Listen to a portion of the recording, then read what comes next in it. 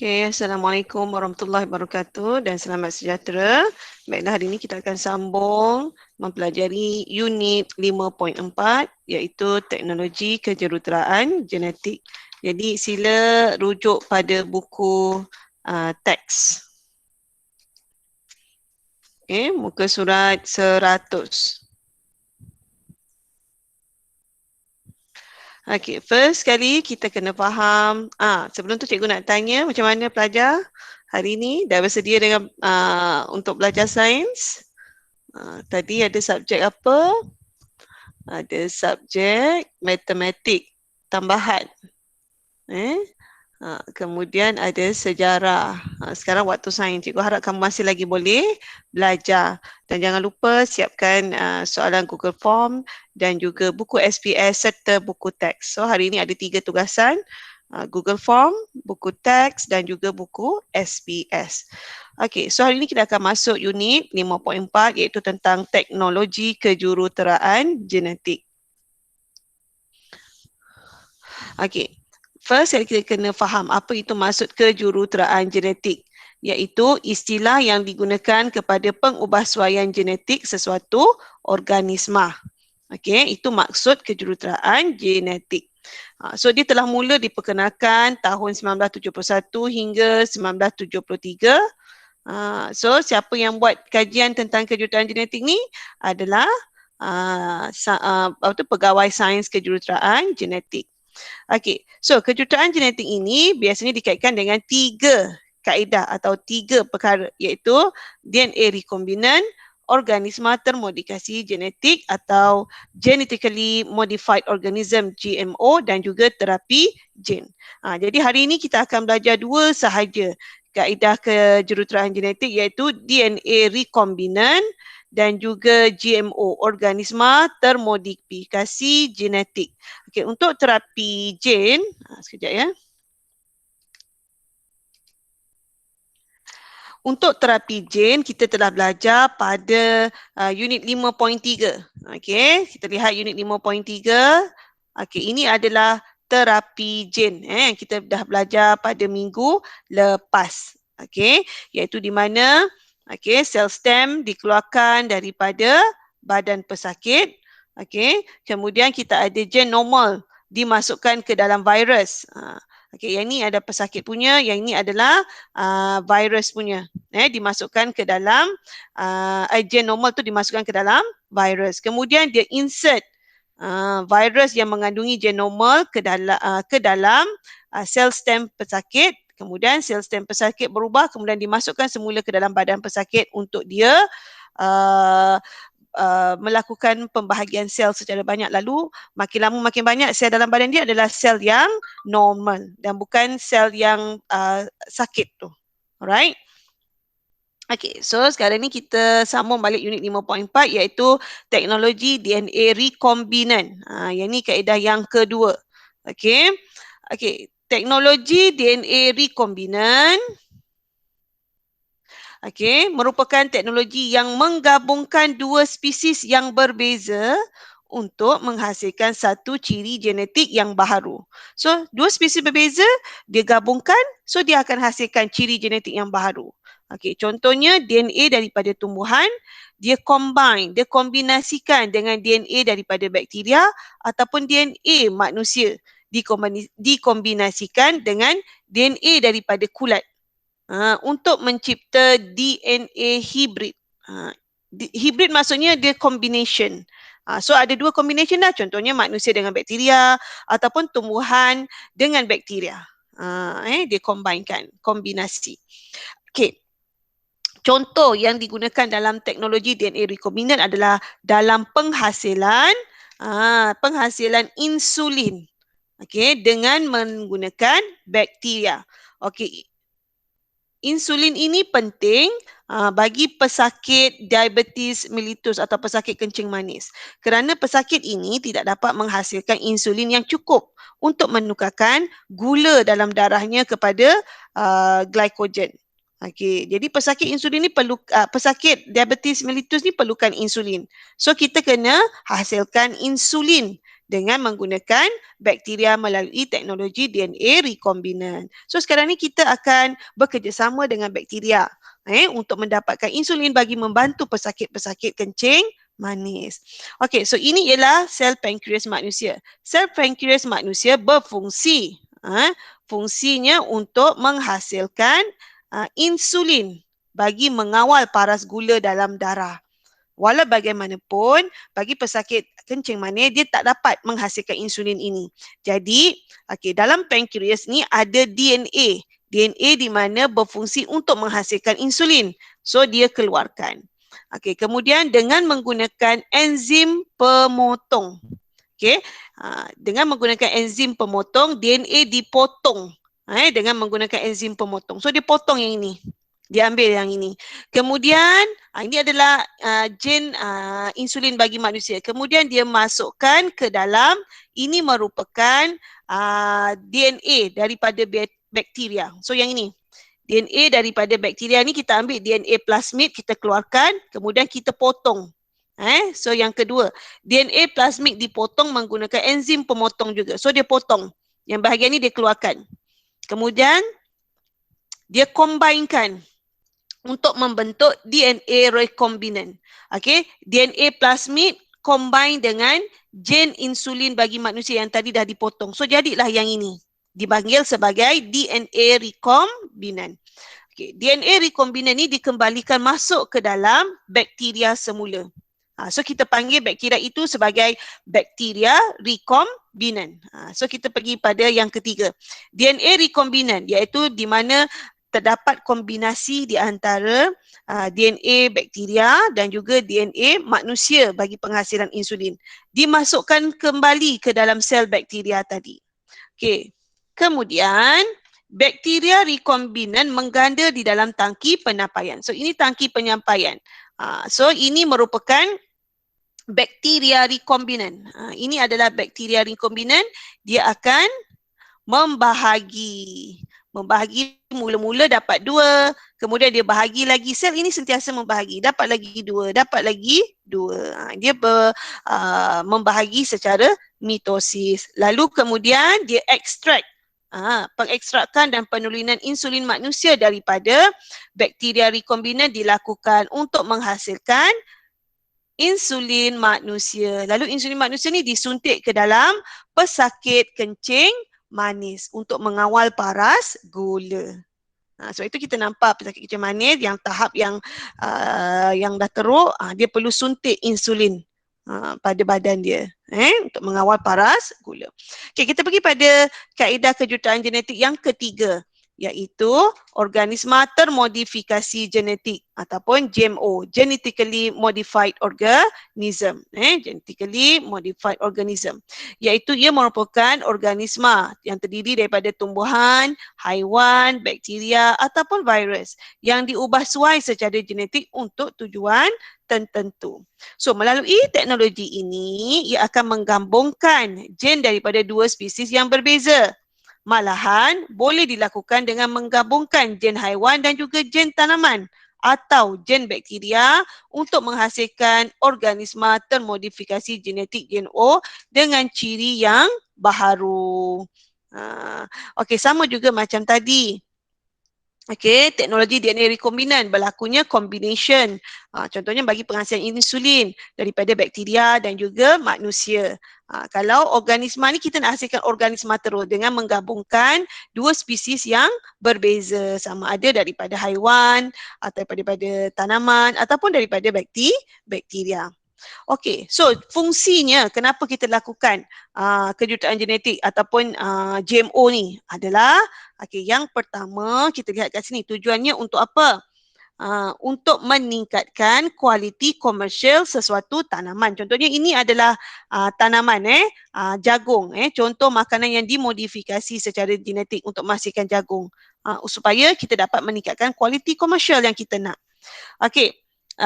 Dan yang kedua, GMO bagi tumbuhan yang boleh menghalang serangga perosak ataupun penyakit, kerana perosak dan penyakit ini akan menyebabkan hasil tanaman akan kurang. Contoh tanaman yang kita gunakan kaedah GMO ini adalah seperti padi, jagung dan kelapa sawit. Itu baru 2. Okey. Yang ketiga, apa kebaikan GMO ni? Iaitu yang pertama, yang ketiga kita juga dapat menghasilkan buah yang lebih besar. Okey, nilai nutrisi yang lebih tinggi dan daya rintangan terhadap serangga, perosak dan penyakit. Okey. Okey, lagi satu apa nama yang terakhir sekali kebaikannya disebabkan organisma yang terhasil itu mempunyai daya rintangan yang tinggi terhadap serangan perosak dan penyakit, maka kita juga dapat mengurangkan penggunaan racun perosak sekaligus dapat mengurangkan masalah pencemaran alam sekitar. So ada banyak kat sini kesan ataupun kebaikan daripada penggunaan kaedah kejuruteraan genetik. Alright. Okey, so kita lihat dekat sini. Sini dah dirumuskan kebaikan dan juga keburukan kejuruteraan genetik kepada kita. Okey, yang pertama dapat mengenal pasti dan menentukan penyakit baka dan seterusnya merawat penyakit tersebut melalui kaedah kejuruteraan genetik. Okey, menghasilkan tanaman dan ternakan yang berkualiti, menghasilkan tanaman dan ternakan yang mempunyai daya tahan yang mempunyai daya tahan penyakit yang tinggi yang tinggi berbanding dengan generasi sebelumnya. Okey, yang keempat, menghasilkan tanaman yang lebih banyak dan memerlukan masa yang lebih singkat untuk tuaian. So hasil pertanian akan meningkat. Okey, dan yang kelima, penghasilan insulin dan enzim daripada bakteria yang boleh membantu kesihatan manusia. Okey, keburukannya pula. Okay, yang pertama, walaupun terdapat banyak kebaikan kejuruteraan genetik, tetapi ada sedikit keburukan yang menghalang kita daripada menggunakan kaedah ini, iaitu hasil perubahan genetik memberikan alahan dan kesan-kesan sampingan kepada pengguna yang mengalami alahan. Contohnya seperti makanan GMO, genetically modified organism, kita makan, mungkin akan dapat kesan sampingan. Okey, penyelidikan genetik yang menghasilkan spesies baru akan menyebabkan spesies asas akan pupus. Contohnya macam jagung, kita dapat hasilkan jagung yang buahnya lebih besar dan banyak. Ini dah tentu pada masa akan datang semua nak yang bagus, yang baik. Tapi yang asalnya tak nak lagi, orang dah tak nak lagi. Lama-lama dia akan pupus. Okey. Yang ketiga, boleh menyebabkan kesan sampingan seperti mutasi kepada pengguna. Ini melalui pemakanan lah. Okey, yang keempat, pengubahsuaian genetik mungkin digunakan secara tidak beretika. Contohnya untuk membuat senjata biologi yang boleh membahayakan manusia.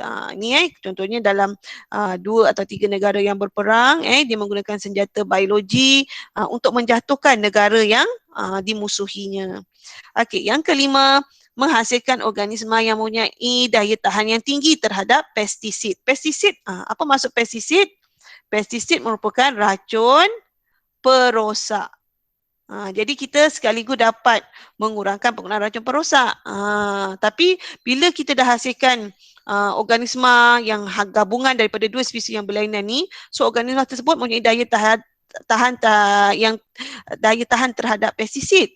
Tapi lama kelamaan dia punya tu menjadi lebih rintang. So kalau kita nak bunuh dia juga kena gunakan pestisid yang sangat power lah.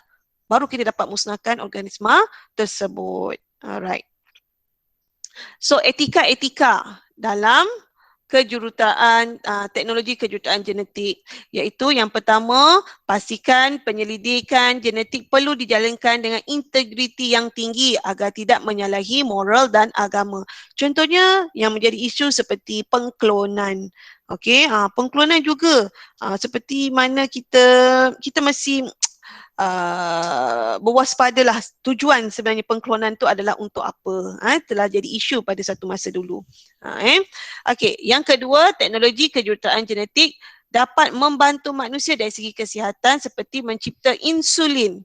Okey, bagi membantu manusia yang menghidap penyakit diabetes mellitus. Okey, ketiga, teknologi kejuruteraan genetik dapat membantu manusia menyelesaikan masalah kekurangan makanan dan kerosakan tanaman. Sebab kita nak hasilkan tanaman yang berkualiti tinggi, yang cepat matang. So kita dapat mengatasi masalah kekurangan makanan sebab penduduk negara semakin meningkat saban hari. Okey, kerosakan tanaman. Sebab apa kita nak hasilkan, contohnya macam dalam pertanian, kita nak hasilkan tumbuhan yang rintang terhadap penyakit dan juga serangga perosak. So kita dapat atasi masalah kerosakan tanaman tersebut. Okey, etika dan nilai murni hendaklah diamalkan semasa menjalankan eksperimen kejuruteraan genetik agar tidak menyentuh sensitiviti agama dan juga moral. Macam saya kata tadi, macam kaedah pengklonan tu diharapkan tidak menyalahi daripada hukum agama. Okey, yang kelima, bagi mengelakkan teknologi kejuruteraan genetik daripada disalahgunakan, undang-undang dan peraturan wajar dikuatkuasakan bagi mendidik para pengkaji memahami dan mengikuti perkembangan kejuruteraan genetik. Maksudnya kita tak menyalahgunakan teknologi tersebut, contohnya untuk melakukan serangan dengan membuat senjata biologi terhadap negara-negara yang dimusuhi. So kerana ini akan memberi kesan kepada rakyat bukannya kepada pemerintah tersebut. Okey, baik. So, praktis formatif 5.4 buat dalam buku sains, buku latihan sains 1. Okey, yang pertama, apakah yang dimasukkan dengan kejuruteraan genetik? Apakah yang dimasukkan dengan kejuruteraan genetik? Carilah dalam buku teks ke atas, ada dimasukkan maksud kejuruteraan genetik apa? Kejuruteraan genetik ialah istilah yang digunakan kepada pengubahsuaian genetik bagi sesuatu organisma. Itu maksud kejuruteraan genetik. Okey, baik. Seterusnya, terangkan maksud DNA rekombinan, terapi gen dan juga GMO serta bagi contoh bagi setiap satunya. DNA rekombinan tu macam mana? Apa maksud DNA rekombinan? Tadi dia combine ataupun dia mencipta kombinasi di antara DNA bagi bakteria dan juga manusia. Itu termasuk sekali dengan contohnya untuk menghasilkan insulin. Dia combine dua spesies yang berbeza untuk menghasilkan DNA baru yang baik. Ataupun kita tengok kat sini. Okey, DNA rekombinan ialah teknologi yang menggabungkan bahan genetik daripada dua spesies yang berbeza. Macam contohnya insulin, bakteria dengan manusia untuk menghasilkan satu ciri genetik yang baharu. Contohnya DNA daripada manusia dikombinasikan dengan DNA bakteria untuk menghasilkan DNA hibrid untuk menghasilkan insulin. Okey, baik. Terapi gen pula ialah teknik yang digunakan untuk membaiki gen-gen mutant. Yang abnormal ataupun yang cacat. Macam bagi manusia tadi, diambil daripada sel stem tadi. Okey, yang bertanggungjawab terjadinya sesuatu penyakit seperti cystic fibrosis. Ini contoh, hemofilia dan juga anemia sel sabit. Okey, manakala GMO pula ialah organisma. Dia organisma iaitu sama ada daripada haiwan, tumbuhan, bakteria ataupun virus yang diubah suai secara genetik untuk tujuan tertentu. Contohnya untuk menghasilkan tanaman yang lebih banyak, yang lebih sihat dalam masa yang singkat. Contohnya. Okey. Penghasilan gen yang dapat membunuh serangga dan diaplikasikan ke dalam penanaman padi, jagung dan kelapa sawit. Okey, baik. Soalan yang ketiga. Nyatakan 3 kebaikan dan keburukan. So 3 kebaikan dan 3 keburukan teknologi kejuruteraan genetik pada manusia. So yang ini awak boleh ambil daripada buku teks yang ini. Kebaikan, 3 kebaikan dan 3 keburukan teknologi kejuruteraan genetik kepada manusia. Alright. So dah siap nanti, tak apa, tak payah hantar guna Google Classroom. You siapkan dalam buku tulis, nanti cikgu akan bagi masa untuk kamu siapkan dan hantar buku tersebut untuk saya semak. Okey, untuk makluman pada minggu ini cikgu akan collect buku daripada kelas Crystal pula. So bersedia kelas Crystal dengan buku SPS. Okey, sekarang kita tengok buku SPS. Bagi unit 5.4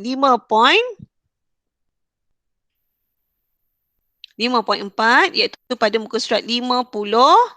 Sorry, terlajak dah. Muka surat 51. Buku SPS muka surat 51. Okey, jangan lupa tuliskan tarikh. Tarikh ni sangat penting untuk saya catatkan dalam penilaian PBD. Jadi pelajar, kalau kamu tak siap kerja dan kerja kamu banyak salah, cikgu tak boleh nilaikan kamu dalam PBD. Kena hantar buku. Kelas MRT ada 11 orang yang belum hantar buku SPS. So, pastikan hantar untuk cikgu, catatkan markah untuk PBD. So, hari ini adalah 22 hari bulan. So, tulis 22 hari bulan 3. Okey, yang pertama, ini kita tak ada dalam buku teks, sebab tu cikgu kena bincangkan dekat sini. Okey, nyatakan ciri baka yang diperoleh dalam pembiakbakan pilihan bagi kelapa sawit di bawah. Selain daripada jagung, padi, betik dan sebagainya, buah kelapa sawit juga dijalankan kajian melalui teknologi kejuruteraan genetik bagi menghasilkan buah kelapa sawit yang menghasilkan lebih banyak minyak sawit. Sebab minyak sawit digunakan untuk buat minyak masak dan sebagainya.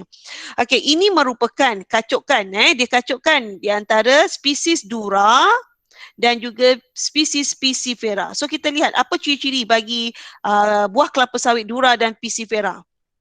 Okey, kalau dura, okey, untuk buah kelapa sawit ni dia ada 3 bahagian utama. Okey, iaitu bahagian yang luar. Bahagian yang luar kita panggil sebagai mesokarp. Ni bahagian luar ataupun sabut ataupun dipanggil sabut. Bahagian inilah yang akan diekstrak minyak sawit. Kita akan perah untuk mendapatkan minyak sawit pada bahagian mesokarp ni ataupun dipanggil juga bahagian sabut. Okey, kemudian kita ada bahagian tempurung. Ni salah label. Tempurung di bahagian luar. Ini ialah tempurung. Fungsi tempurung adalah untuk melindungi bahagian biji benih dekat dalam. Benih kat bahagian dalam. Okey. Kemudian ada lagi satu bahagian yang tengah-tengah sekali kita panggil sebagai bahagian isirung. Okey, bahagian isirung juga mengandungi minyak, tetapi minyak isirung lah dipanggil.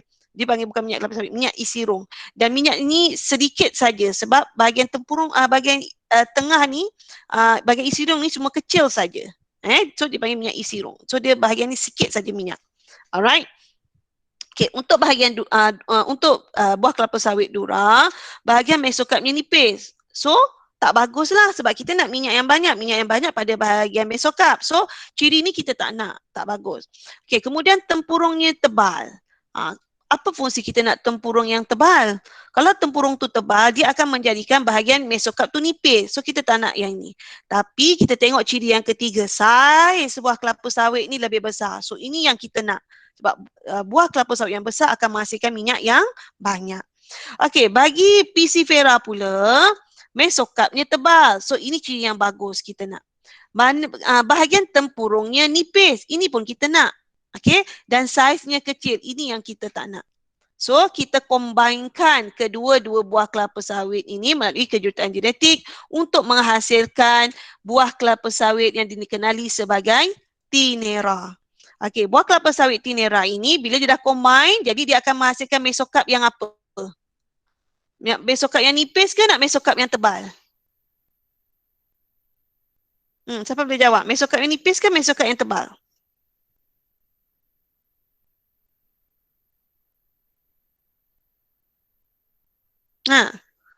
Mana pelajar ni? Cikgu cakap seorang-seorang ni.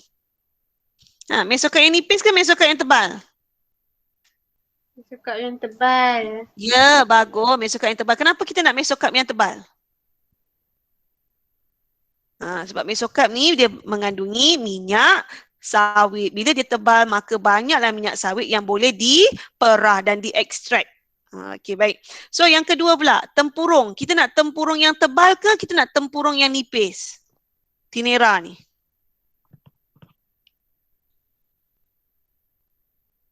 Cepat belajar. Tempurung tebal ke tempurung nipis kita nak? Yes, tempurung yang nipis. Okey, dan 3, kita nak saiz. Yang besar ke kita nak saiz yang kecil? Besar. Saiz yang besar. Maka Tinera ini mempunyai ciri-ciri baka yang terbaik. Alright. So, kita lihat yang kedua pula. Okey, soalan A. Ni ada jawapan telah diberikan. So, ini apa ni? Kita nak hasilkan gen baharu. Ini gen normal. Ni sel normal. Kita insert untuk menghasilkan gen yang baru. So, ni apa ni? Menggunakan gen untuk merawat atau mencegah penyakit dengan menyuntik gen ke dalam sel pesakit. So, ini apa ni? Ini terapi gen. Ya, betul. Terapi gen. Okey. Okey, yang B, pemindahan. Kita insert ke dalam bahagian apa ni? Uterus lembu ni. Pemindahan apa ni? Nak bagi dia menghasilkan susu yang banyak. Kita bagi lembu tu mengandung dia. Jadi dia akan hasilkan susu. Jadi pemindahan apa ni? Embrio. Jadi lembu tu akan hasilkan banyak susu sebab lembu yang mengandung yang melahirkan anak lembu dia akan menghasilkan susu. Kalau dia tak mengandung, tak lahirkan anak lembu, dia tak akan hasilkan susu lah. So dia suntikkan embrio untuk menghasilkan susu yang banyak. Okey, yang C, gen haiwan dimasukkan ke dalam nukleus untuk menghasilkan manusia dalam teknologi DNA recombinant. Apa ni tadi kita ada belajar? Apa ni? Kita insert apa ni? Dalam nukleus apa? Dalam nukleus bakteria untuk menghasilkan insulin. Manusia dalam teknologi DNA recombinant. Okey, yang D pula, dalam organisma, dah tulis kat sini GMO. Organisma apa? Termodifikasi genetik. GMO, DNA daripada organisma dimasukkan ke dalam tanaman atau ternakan untuk menghasilkan ciri-ciri yang ini. Ini dia. Kambing biri-biri doli. Kambing biri doli ni merupakan kejayaan kaedah apa? Pengklonan. Kejayaan dalam bidang kejuruteraan genetik yang pertama iaitu pengklonan. Menghasilkan kambing biri-biri doli. Tapi kambing biri-biri dah mati dah pun.